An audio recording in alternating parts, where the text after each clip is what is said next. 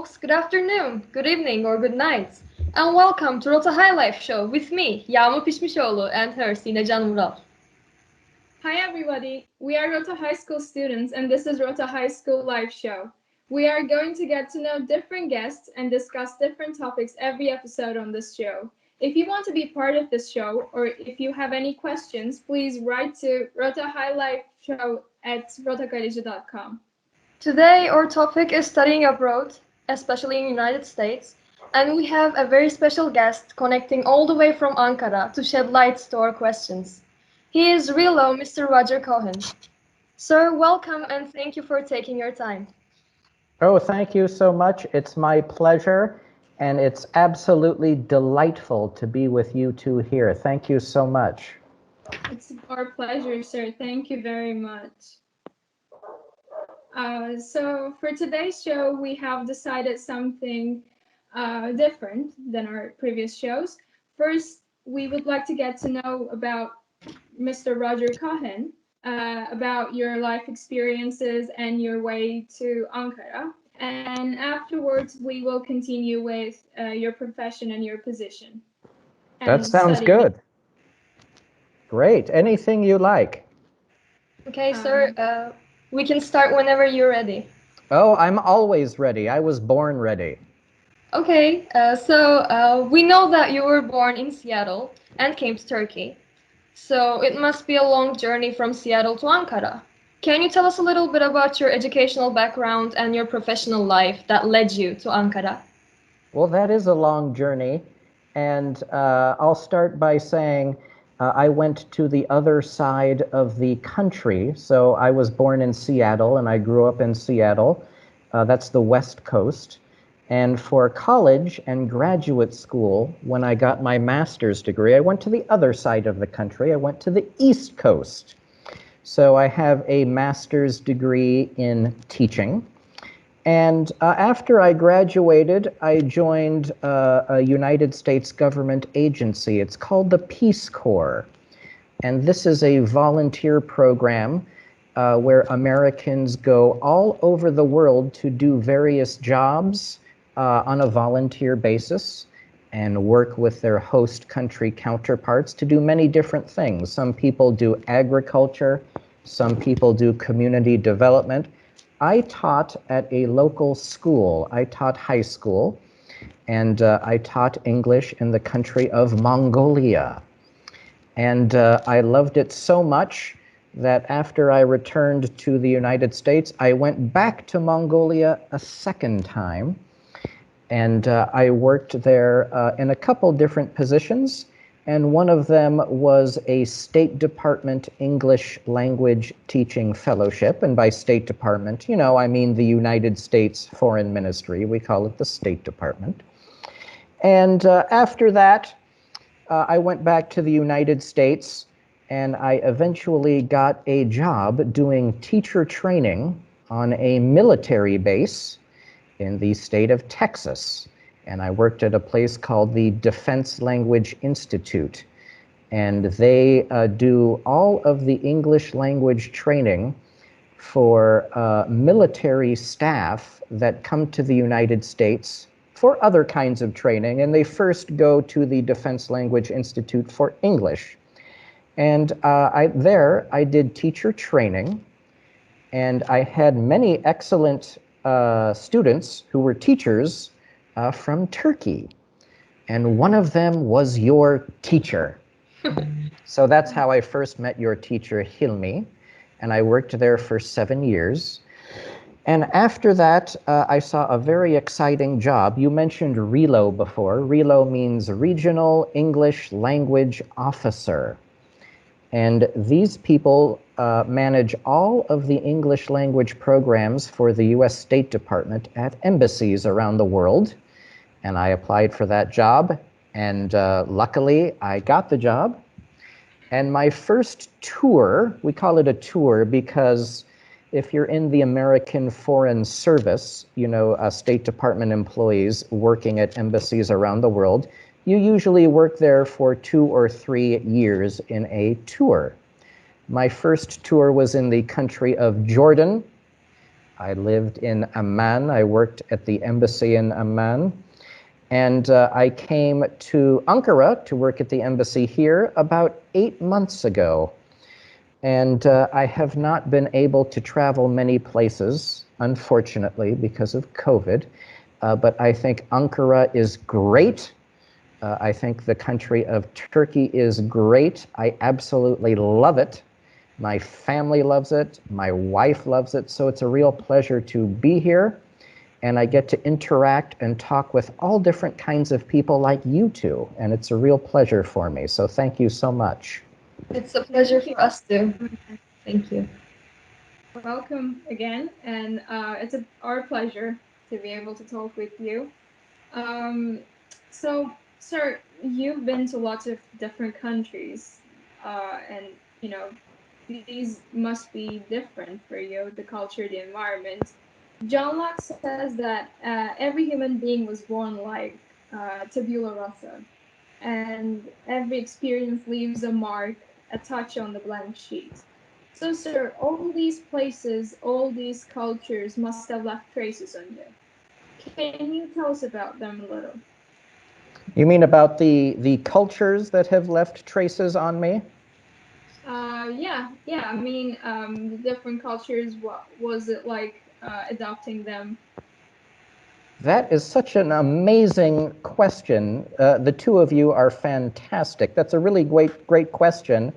And that's something that I should really think about. So I think my answer to that question is, I've been very fortunate to live and work in many different countries. And you're absolutely correct in quoting John Locke there, that every country and every culture leaves its mark, right? And I think wherever I've been, I have seen and experienced something very positive. And the marks that various countries and cultures left with me are things and experiences that I will remember for my entire life. Every culture, of course, has something different about it. And I always treasure every experience I get when I go to a different culture and get to experience the country. I'm very, very fortunate. And I would say I'm especially fortunate to be here in Turkey, with a country that is so ancient and has such a rich culture and language. I'm actually really looking forward to traveling more, inshallah, when COVID is finished. That would be very nice. So, it's not easy always traveling around. You get homesick, as I'm sure you guess. You miss your home a lot. But I'm so fortunate to meet, so many different kinds of people around the world. And I think when you travel, you get to discover not just about other cultures, but you get to discover more about yourself. So I've learned a lot about myself, and I'm very thankful for that. Maybe if I could ask you two, where would you love to visit in the world? Have you traveled outside of Turkey before, or where would you like to go? Sure. I've traveled a lot of countries, but I always wonder what it would like to be in USA. I've always wanted to go to USA. Where have you traveled before? Well, I have been to France, then Wow. uh, then where did I been? Bulgaria, Greece. What? Wow. Bulgaria, Serbia, Wow. and oh, I've been to a lot of countries, but I can't think of them right now. I think I'm a little bit anxious. Oh, it's all right. You're doing excellently. How about you? Where have you traveled to? Um, I've been to Italy and Greece. I remember going to those places, and I went to Mecca. Wow. Uh, yeah, when I was 3, but I still When you were remember. 3, okay. Yeah, but I remember. But yeah, for me, like the United States is always a dream. But going to places like Monaco, for example, I would like to visit. different places because their ethnicity is different than ours. So I would like to see and get to know people there. Wow, that's great. That's great. Yeah, the great thing about travel is, it lets you, I think, put a mirror up to yourself. So you can, you're not just looking at other cultures, but you have to look at yourself, because when you're living in a different culture, sometimes it's not easy, right? Yeah. And things can be very different. Experiences can be different. Modes of living can be very different. So you have to look kind of inside to yourself, and I think that makes you a much stronger person. And like I said before, I've been very fortunate to travel to so many great places. If I could ask, how long have you two been studying English? Your English is amazing. Thank you, sir. For me, it's for like 8 or 9 years. 8 or 9 years. Yeah. Okay. For And me, you? it's 11 years 11 years. since And first grade. and the school you go to, is that just a high school, or is that also an elementary and middle school? Yeah, elementary and middle school. So have you two gone to the same school? No, No, I've you, been. you went to other I schools. came in high school. Okay, great. Yeah, your English is fantastic. You're doing amazingly. Thank you so much, sir. I wish my Turkish was as good as your English. You have time. You have so much. You I get can't like, even speak Turkish properly yet. Maybe. We'll see. We'll see. So if you're ready, we can move on. to You the next. can do whatever you like. Okay. So you have been in all those different places and you ended up in Turkey. We wonder if you experienced any kinds of culture shocks in those countries you've been to. Hmm. you give That's like a an example that you that that remember. is a fantastic question, and I would say the most culture shock I experienced was when I lived in Mongolia. Like I said before, I went to Mongolia to teach, and I lived in a small town close to the Gobi Desert. And I was one of the only Americans living there. So, and I was coming from the United States directly.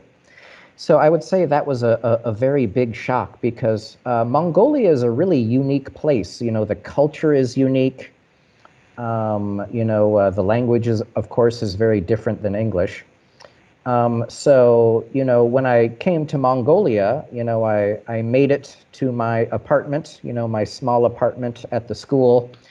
And I remember on the first day, I opened the curtains and I looked out the window, and there was a string, like a caravan of camels carrying salt to the Gobi Desert. And it was just unbelievable. It was almost like going back in time. And I was also shocked in a good way, because Mongolians are very hospitable. If you speak their language and you want to get to know them, because their origin is nomadic, right? For centuries they were nomads. They moved around to various places with their herds of animals. So they're very hospitable. Like in Mongolia, if you want to go visit someone, you don't call them. You just go to their house, and back then you don't even knock on their door. You just open their door and you walk in, and then they feed you and you talk and you enjoy yourself. And that would never happen in the United States, although Americans are very friendly, of course. So I would say the culture shock I experienced in Mongolia was very great, but I really, really enjoyed it. And I would, of course, love to see more Turkish culture. But of course, because of COVID, I haven't had so much opportunity. Yeah, in Turkey, like our people are just like Mongolians. The way you express them, we're very friendly and hospitable. I think. But have you experienced something interesting or incomprehensible or even funny things in Turkey since you came here? you couldn't go out that much, but one thing that you see and said, okay, wow, this is Turkish. This is definitely Turkish. For example, if you see someone driving his car across his close friend, that guy is 100% Turkish. If you have That's seen true. anything. That's true.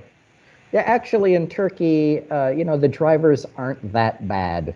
Maybe it's because of Ankara, because Ankara is a pretty orderly city, right? It's the capital.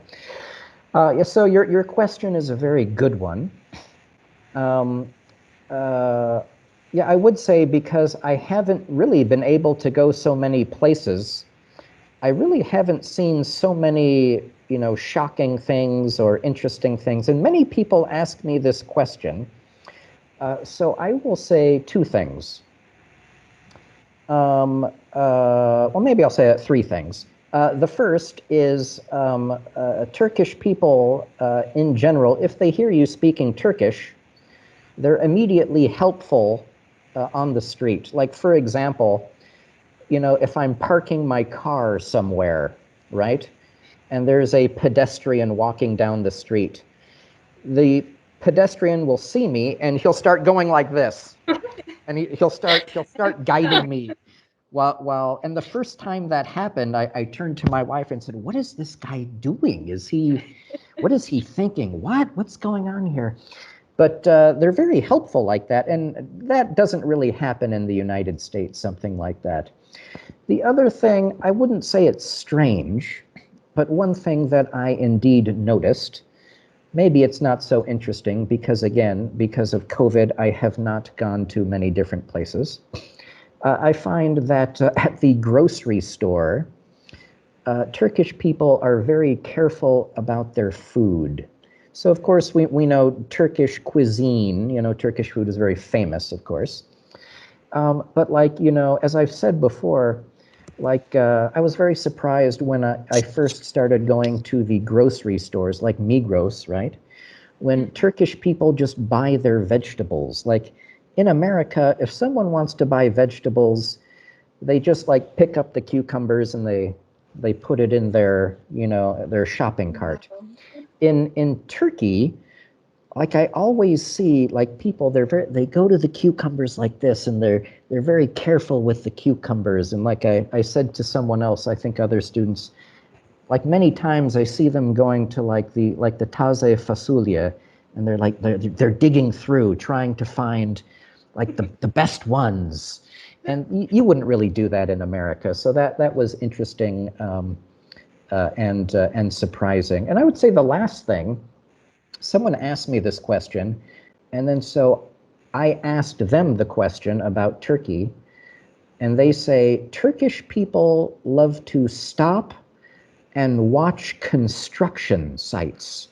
Yes. And I thought to myself, that's very strange. I've never seen that. So then the next day, I was driving my wife somewhere, and then we slowed down, and then I looked out my window, and there were a lot of people on the sidewalk, and they were watching a construction site. So maybe, is that really true? Turkish people love to watch construction sites? Yes. Yeah, It's very that's true. true. Why? I don't know. I've It's never thought interesting. of it before. It's interesting for people to see building stuff. And in fact, some of the constructions, they put special places, in order to prevent damage that can come to the building or to the person, like any harm. They create some special window types of things Oh, really? that people can go and watch it without getting harmed. It's something very serious in Turkey. Some of the elderly people, they just meet and they say, okay, there's a construction there, let's go and see it. And they just do it for fun. So it's entertainment. Yeah. Yeah, Yeah, that's basically. interesting. Yeah. I mean, some people, maybe they might watch for a few seconds in the United States.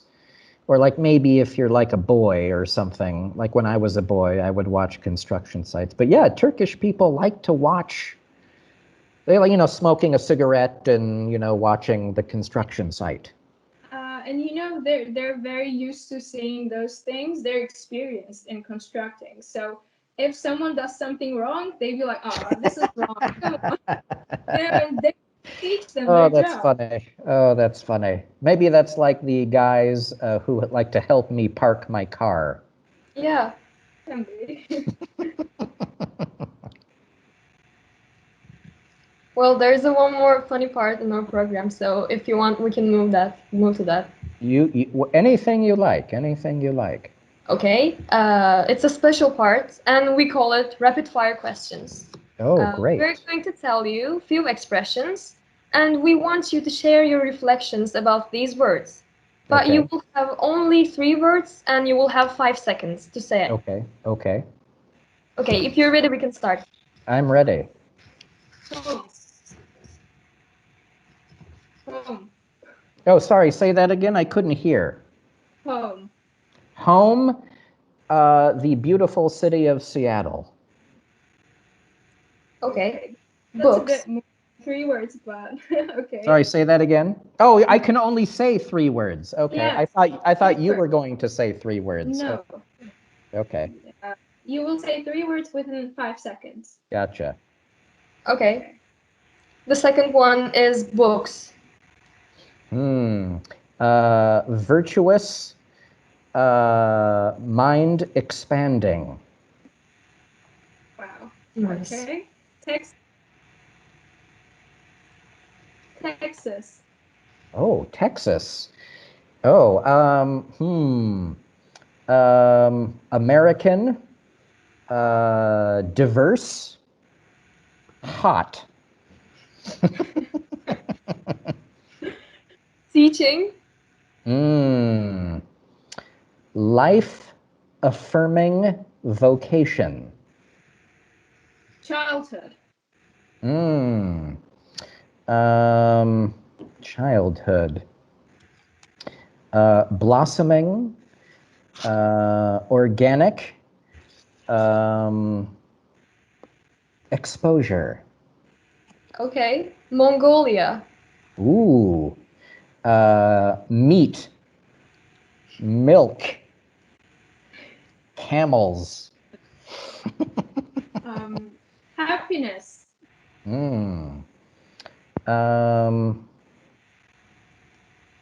This particular moment. Okay. Movies. Movies. Uh,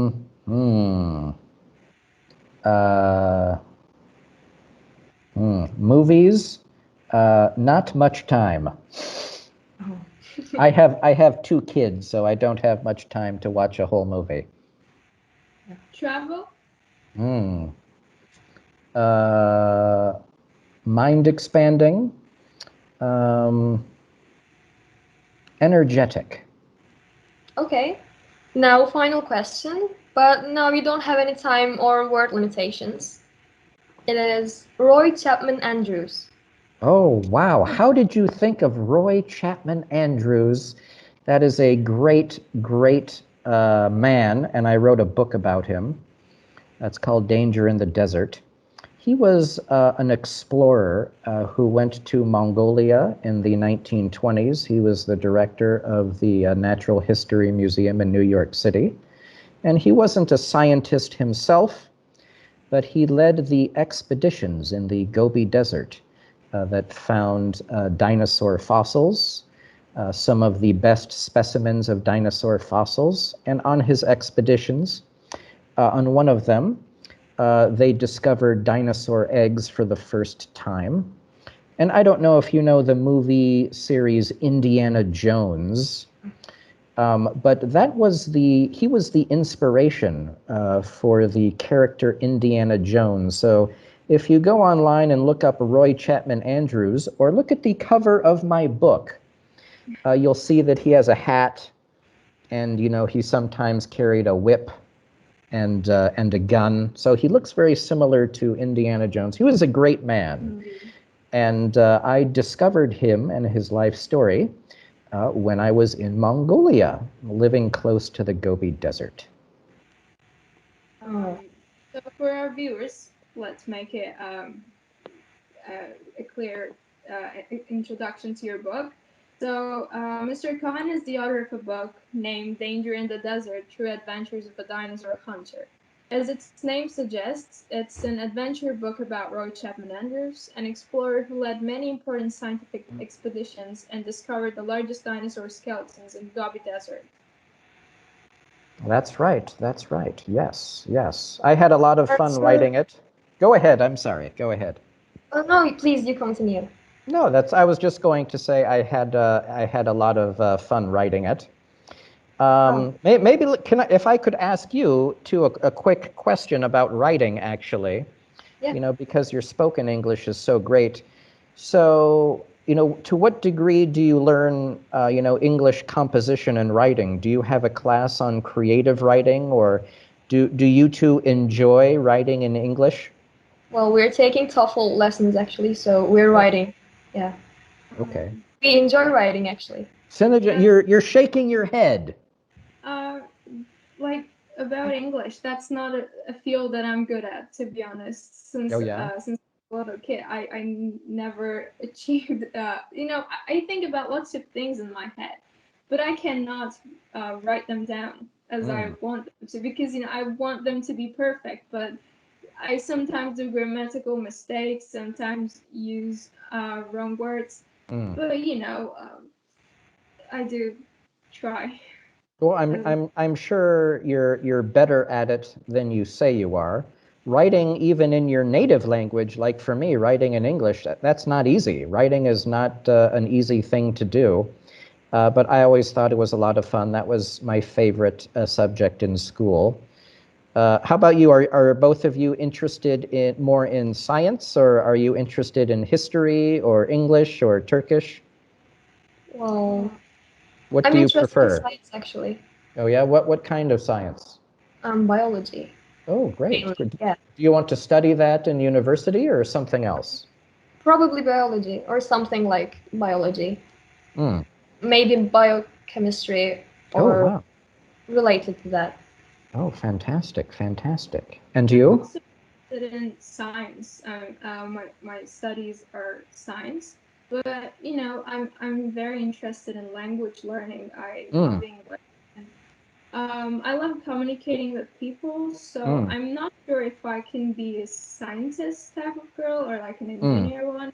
I would like to have something more like interaction with people around me. Are you studying another language besides English, both of you? Yeah. No, planning I'm on. studying. I'm sorry, Sinja, you Oh, can. go ahead. So you just I'm study English. How about you, Yamor? German and French. Wow, you And also study German and French. yes. Wow, where do you find the time?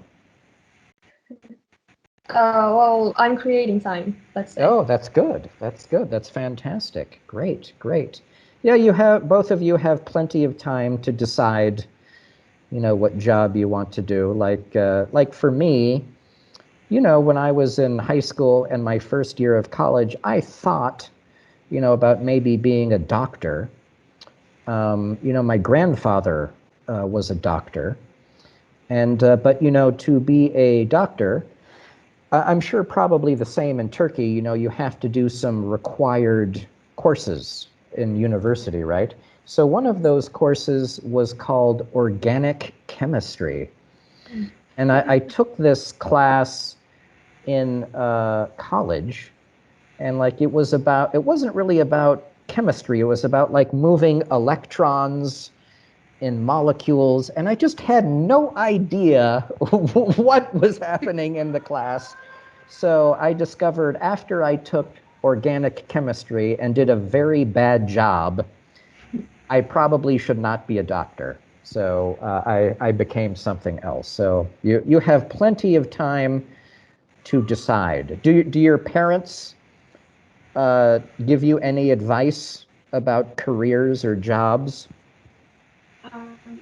Can you repeat it again? Do your What? parents, do your mother and father give you any advice about jobs or college or anything? Well, they don't give advices about my job, my future job, but they do want me to be happy. So, you know, I'm trying to do whatever I like. They're just supporting me. Perfect. Perfect. Perfect. Same for me. And you did the job that you liked the most about language and learning. Yes. Yes. You became an author. Yes. Yes. So I'm really very lucky that I get to do this job, and I get to travel, I get to help people, I get to interact with all different kinds of people like you two. So I'm very thankful every day. And sir, every author has a connection with their characters. I mean, in this case, it's you and Roy Chapman Andrews. Were you Roy Chapman Andrews in your travel to Mongolia? Mm. I tried to be.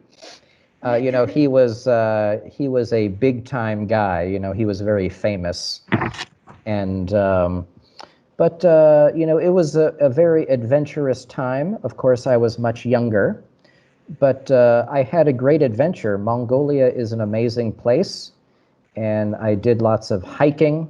You know, lots of traveling. I herded animals. You know, I herded sheep and goats with Mongolian nomads. You know, I spoke the language. I spoke Mongolian. I learned all about their native culture. It was a really great adventure for me. So maybe I was a little bit like Roy Chapman Andrews. So while writing the book and getting the inspiration from Roy Chapman Andrews, what were you looking for in Mongolia? Not dinosaurs, I guess. And most importantly, were you able to find it after your expedition, let's say? That's a great question. Actually, I wrote the book after I lived in Mongolia, and actually, when I believe I was Hilmi's teacher around the same time. So I was in Texas when I was writing the book, and it was actually a great experience because, you know, I was in Texas sitting in my kitchen, you know, on my laptop, and every day after I would work full time, I'd come home and I would write. And the process of writing, you know, helped me relive the experience I had in Mongolia, and it brought back a lot of great memories. So that was great. And I realized when I was researching Roy Chapman Andrews' life, he went many places that I had visited myself. Speaking of students and studying in Texas, what kind of a teacher was the me teacher? You know, our precious teacher. Oh, hi. Oh, Hi. that's my daughter Natalie. You want to say Hi, hi, Natalie? Hi. Hi. How are you? Sorry, I lost my headphones there for a minute. Yes, she just had her 8th birthday. She's 8 now. Oh, Happy congrats. birthday. Oh. Happy birthday. She does that all the time. I'm sorry, repeat your question, please. So speaking about Texas and your students in Texas, our most precious English teacher was volunteer student, as we know.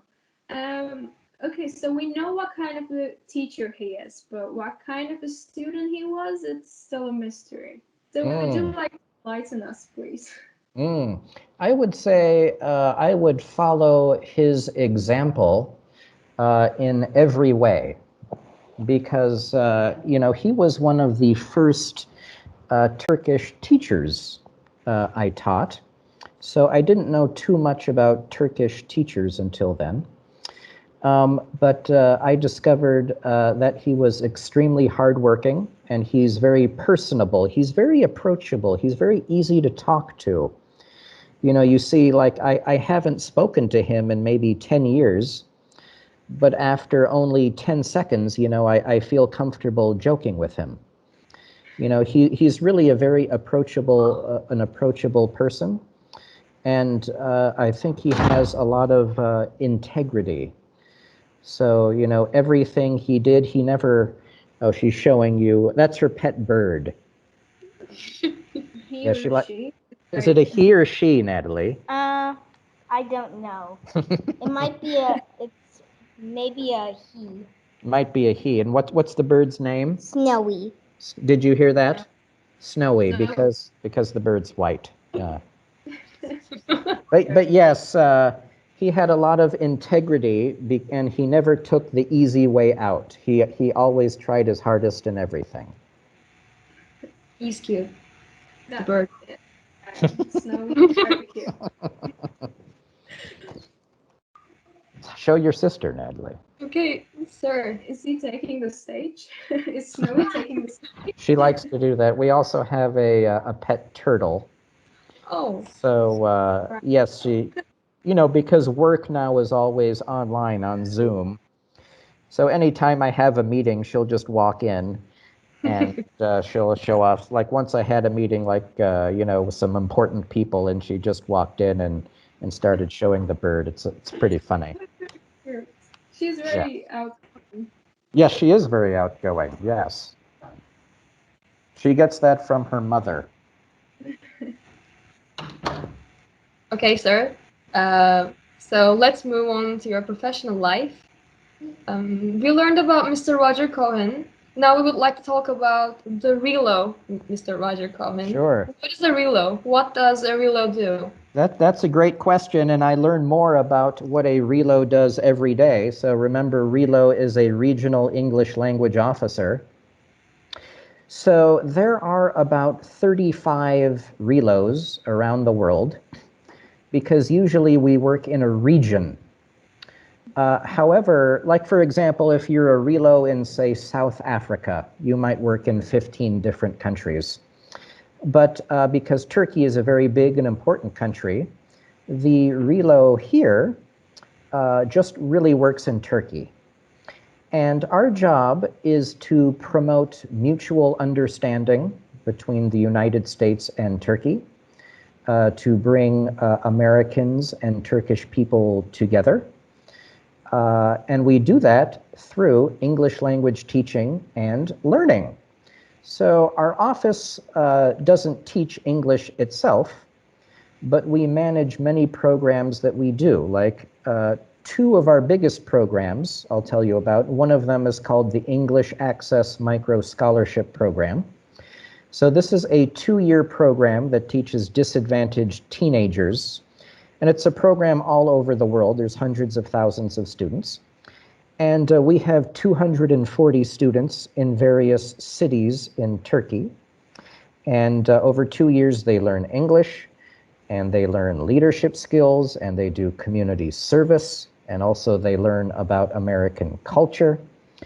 So that's one of our favorite programs. Another one is called the English Language Fellows Program. So I was an English Language Fellow in Mongolia. And this program brings professional English teachers excuse me, to various countries around the world to teach at universities. And, they could teach spoken English, or they teach writing or linguistics, sometimes even literature. So the goal of our office is to do something called public diplomacy. So we want to educate and inform, people around the world about what America is, how the American educational system works.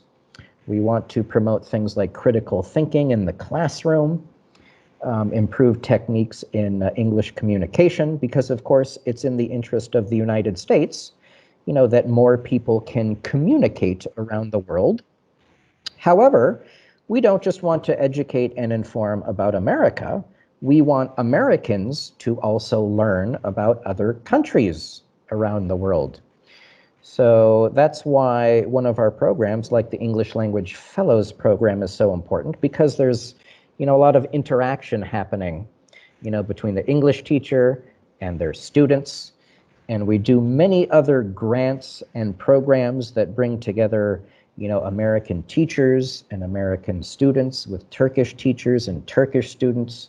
And we have scholarship programs where Turkish people go to the United States to study. And of course, right now, some of them are happening virtually, but of course, because of COVID, it's not really happening so much right now. But being a relo is fantastic because, like I said before, you get to help people, and you get to promote or I get to promote, the country that I love, the United States. And I get to learn about the great country of Turkey and learn all about, how Turkish people live. And it's really something special. You're I'm really focused on very language grateful. learning, but we would like to get to know how we can study in the United States a little better. So first of all, I think if we just explain you why we want to study in the United States, it can be easier for you to lead us. So we want to study in the United States because in our schools, English is the main foreign language, as we have spoken with you. And if we want to study a good university or a good have a good major in Turkey, we have to take our lectures in English. Right, right. So we have been studying English for 9, 10, 11 years. So if we have an opportunity like studying in the United States, we would like to take advantage of it, rather than Yes, staying please. staying in Turkey and having English lectures going to United States. Yeah, and also we know that top 10 universities, top 10 best universities in the world are mostly located in USA. We wonder why is that? Why do you think so? That's an interesting question. And it's not just interesting, I think that's a very insightful question. So as to the first part, yes, you're correct. I would say many of the best universities in the world are in the United States. Not all of them. There are, of course, good universities and great universities in other countries, of course. But the question is, why are so many great universities in the United States? First of all, it's a big country.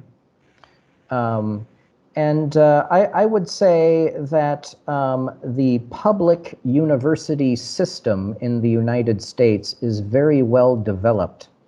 That might be a reason. So every state, has a public university system. And for many years, the state governments invested very heavily in these public universities. So many public universities are really excellent, and the research they do is really outstanding.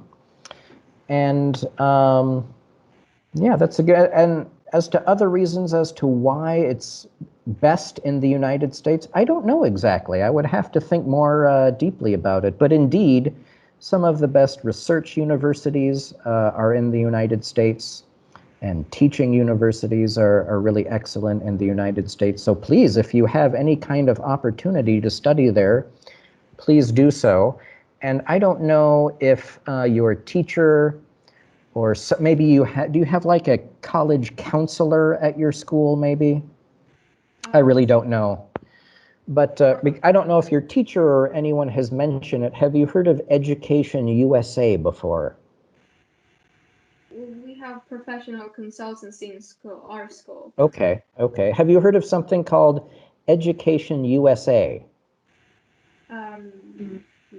No. So I believe there actually might be a branch in Izmir. And sorry if I'm not saying exactly, because of COVID, I haven't met so many people, even, who work in cooperation with the embassy. However, Education USA is sponsored by the US government, and embassies around the world work with NGOs and other foundations to host these Education USA centers. And each center has a representative that advises students on how to study in the United States. So the easiest way to find out more about it would be to go to the US Embassy website. I don't know if there's a chat here, but anyone can find the US Embassy website in Ankara. I think it's tr.usembassy.gov. That's tr.usembassy.gov. And there's a section there, and you'll see it when you go to the front page of Education and Culture. And if you go there, you'll definitely see Education USA.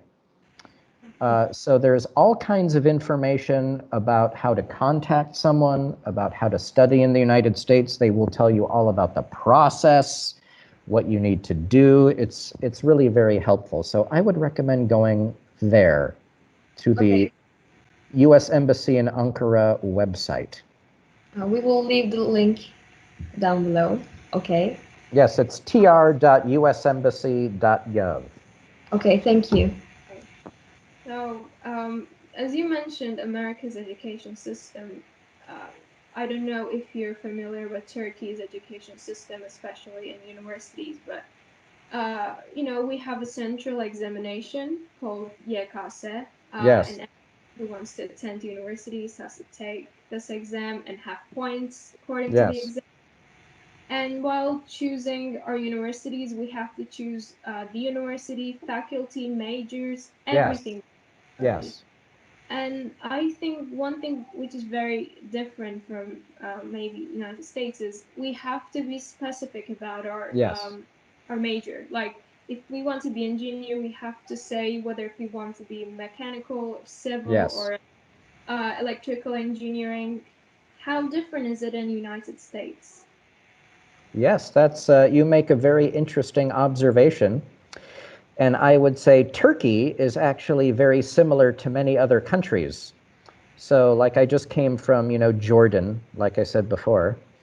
And, they have a centralized exam, before you go to university.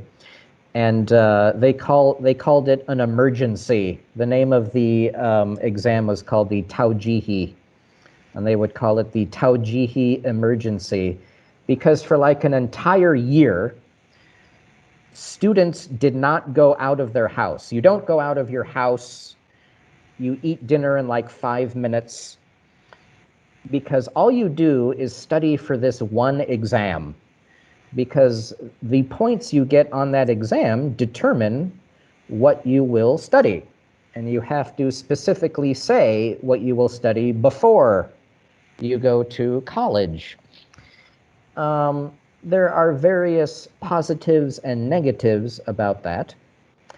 In my opinion, I think if I was in high school and I was 18, it would be very difficult for me to say what I wanted to do with the rest of my life.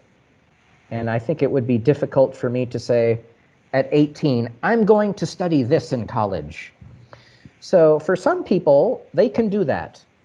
Like when I went to college, some of my friends already knew what they wanted to do, but many did not.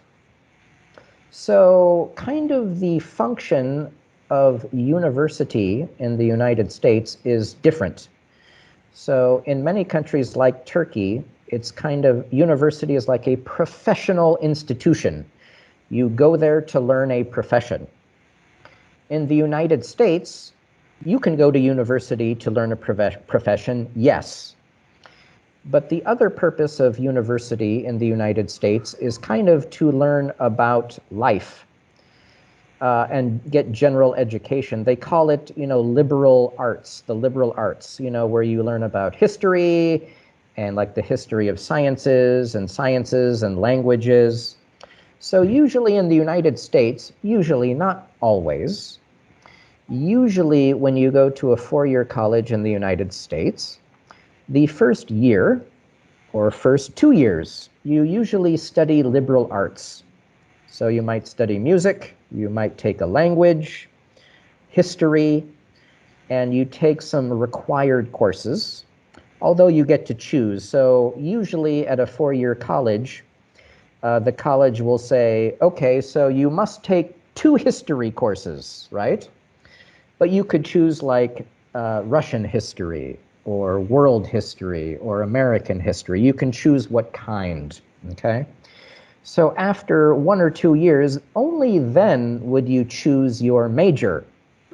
And your major is what you want to focus on. And it could be something professional, like if you want to be a lawyer, they call it pre-law.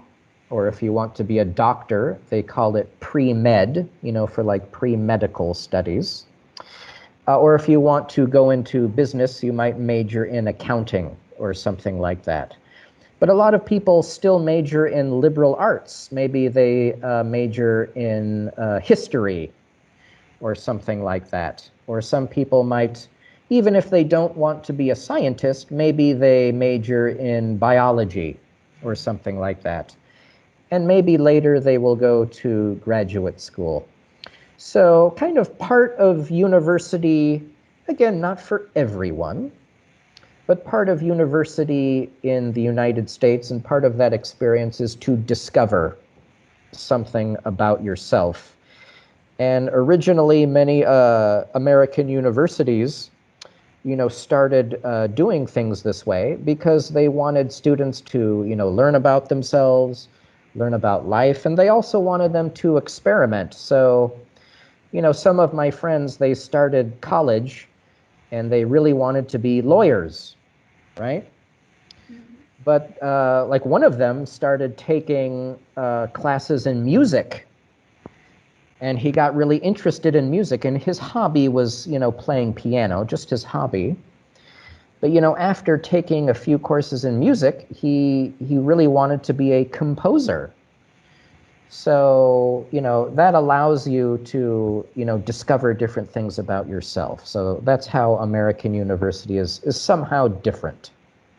Well, yeah, that seems really attractive. That's why we actually want to study in USA, but I don't know if we're too late. Do you think it is too late for us, or do we have time to prepare, or what should we do to prepare? When should we start? What grade are you in? Are you juniors or seniors or fourth year, third year? Third year. Okay. Okay, so of course, when you go to university in America, you can start at any time. So of course, usually you start university when you're 18 or 19 after you graduate from college. But I know a lot of people who started university, after they left the military, and they were like 21 or 22 or something like that. But you say you're taking the TOEFL. You're taking TOEFL classes, right? Yeah. Okay, so it sounds like you're on target. Are you going to take the SAT? Do you take the SAT there as well, or? No, only TOEFL or IELTS. Okay. So usually, so this is even changing now, but so you mentioned the university entrance exam for Turkish universities, right? Yeah. So if you're an American student, and if you're a foreign student as well, usually, but some universities now don't require it, but most universities require it, you need to take the SAT. Have you heard of the SAT before? Yes. Yeah, that's required. So, you might take the TOEFL first, although I don't think you don't have to. But, for most universities, you'll also need to take the SAT. I'm sure it's no problem for you two because both of you are extremely intelligent and your English is outstanding. So I'm sure you'll do very well on the SAT. Usually you take the SAT maybe twice, right? So when I was a student in America, you can take it as many times as you want. So usually students in America, like me, you take it at the end of your junior year, something like that, spring semester in your junior year, usually. And then, you take it again in your early senior year, just to see if you can get a better score. So, you two can definitely take it, next year. And it depends on, the university. Some universities, they have deadlines to apply in the fall, right? So usually it's something like, November in the fall, just as an example. But some universities have what they call rolling admissions. So rolling admissions means, there's a deadline like every 4 weeks, and they keep accepting people like this. So again, I would recommend going to Education USA and checking it out on the embassy website. I'm sure your professional counselors have a lot of information. But, you know, in the United States, there's just a lot of different options. Another really good option that I think a lot of people don't explore is something called community colleges. Have you heard of community colleges before? Yes. Oh, great. So those are good, and those are usually a lot smaller. You know, usually they're in a city, and they're usually just 2-year colleges. But because, you know, they're not like big universities that do research, their emphasis is on teaching. So, you know, sometimes it's a good idea to start there because it's cheaper, and the classes that you'll get might be smaller, and the instructors might be very, very good. So you might want to consider those too. And usually community colleges have rolling admissions. It depends where you want to go in the United States. Is there any particular state you want to go to in the United States, or do you have family in the United States you want to visit? I That don't. actually leads us to our next question, the budget question. No, that's a good question.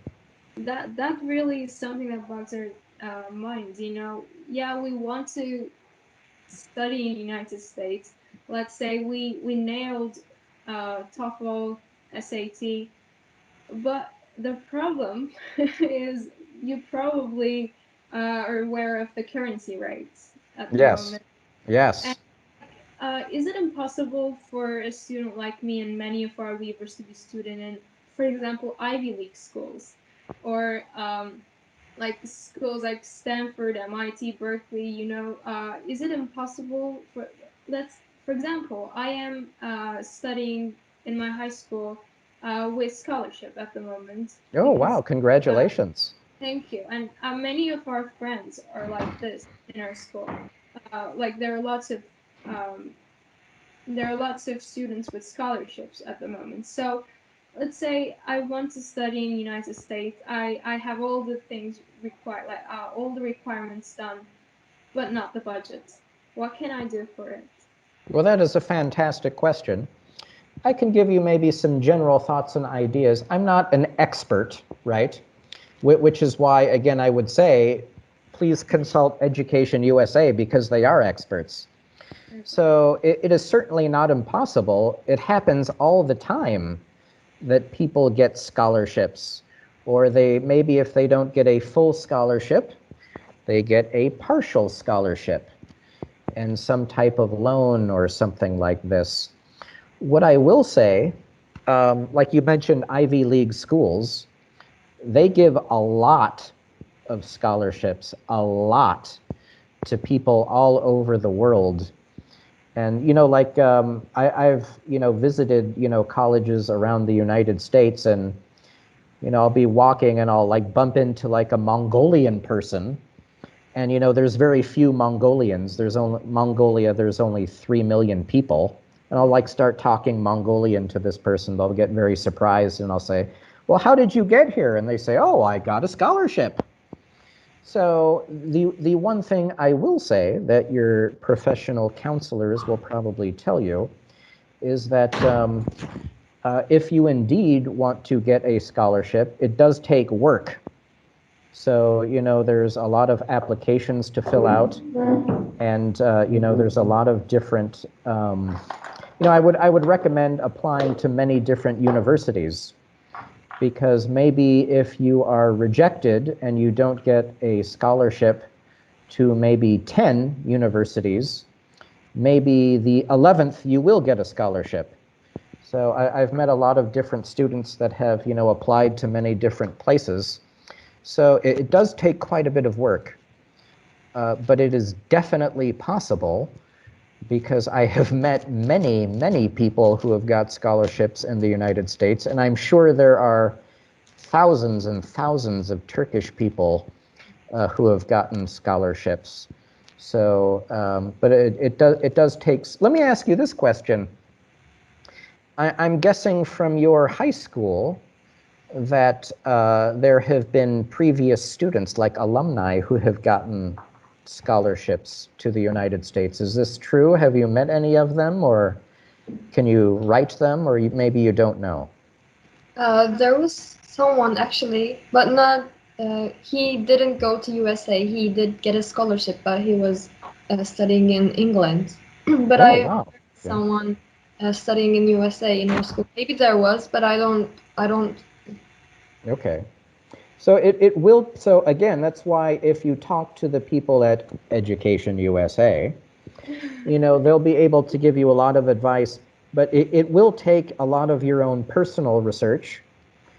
And, you know, you will need to, you know, apply to different places. Don't just like apply to Harvard and then you don't get a scholarship to Harvard and then quit. So apply to a lot of different places. And you two are brilliant. So I have a lot of confidence that you can get something. Thank you. Thank you. It looks like our next guest will be from Education USA. Actually, if you're interested in that, you know, either you or your teacher can write me, because then I can arrange that for you. I'd be very happy to do that. That Yes. will So just let me know. Just let me know. be okay. Thank you. And we have one more question, actually. Oh, sure, sure. So, as a relo, sir, how can you help us besides adopting us? That is a great question. So a lot of the programs that we do are for teachers. And we do a lot of programs for students as well. And we actually have, you know, several projects in Izmir. I would say the quickest and easiest way for you all to benefit from something that Relo does is, and for your classmates, is our Facebook page. And again, I don't see a chat. Hold on, maybe I'll get it here. No, I don't see it there. So if you go to, we have a Facebook page that is called American English at State. That's American English at State. And it's completely free. You don't need to be a Facebook member or anything. But this is one of the State Department's most popular Facebook pages, and it's for English learners all over the world. And it has all kinds of resources and ways to learn English. Like one of them is called Faces and Places of the United States. And every couple weeks there's a speaker, could be anyone in the United States. They talk about America and their life there, and you can ask the person questions. And there are millions, I think it has something like 4 million likes or something. So if you're interested, you know, in practicing your English and writing other people, you know, from all different countries around the world, you can do it there. So that would probably be the quickest way to benefit from a Relo program. And for your teachers, I would recommend americanenglish.state.gov, americanenglish.state.gov. It's full of great resources. We will put those links that you talked about to the descriptions. We thank you so much, Mr. Cohen, for your great insights. That was amazing. You both are extremely impressive, and I've already complimented you before. But really, you're doing something amazing and tremendous, and I really hope you can achieve your dreams, whatever they are. If it's studying in the United States, or you know, getting into university here, or getting the job or career that you dream of. But really, thank you so much for doing all that you do. And before I said, you know, if you are interested in some type of other guest, like you want someone from Education USA or someone else, you know, we have a lot of different Americans at the United States Embassy that speak on all different kinds of topics. So please do not hesitate. Your teacher has all of my contact information. And please give him my best. He's really a super person, and he's really, like I said, he really has a lot of integrity, and he's really just a great example. So oh, is he here? Maybe he's listening. So best of luck to you, and feel free to contact me anytime. And I hope I get to see you two and your classmates again, especially in person when COVID is over. We're hoping so. Yes. That would be amazing. Thank you very much, Mr. Thank Cohen. you. So this week we had the chance to meet with our honorable guest, Mr. Roger Cohen, Regional English Language Officer of the United States Embassy. He kindly shared his valuable time with us. We learned about his personal and professional life, and we talked about studying in the United States. If you want to be a part of Rota High Live Show, get in touch with Rota High School English Department. If you have any questions for our guests, you can contact us at rotahighliveShow@rotacollege.com. You can decide our next topic and next guests. You can even be the show's next hosts. From Yamur, from me, and from all of our team here on the Rota High Life Show, thank you so much for tuning in, folks. Stay safe and stay healthy. And also stay tuned for our next episode with different topics, hosts, and guests. See you next week. Bye-bye. Bye bye. Bye-bye. Bye.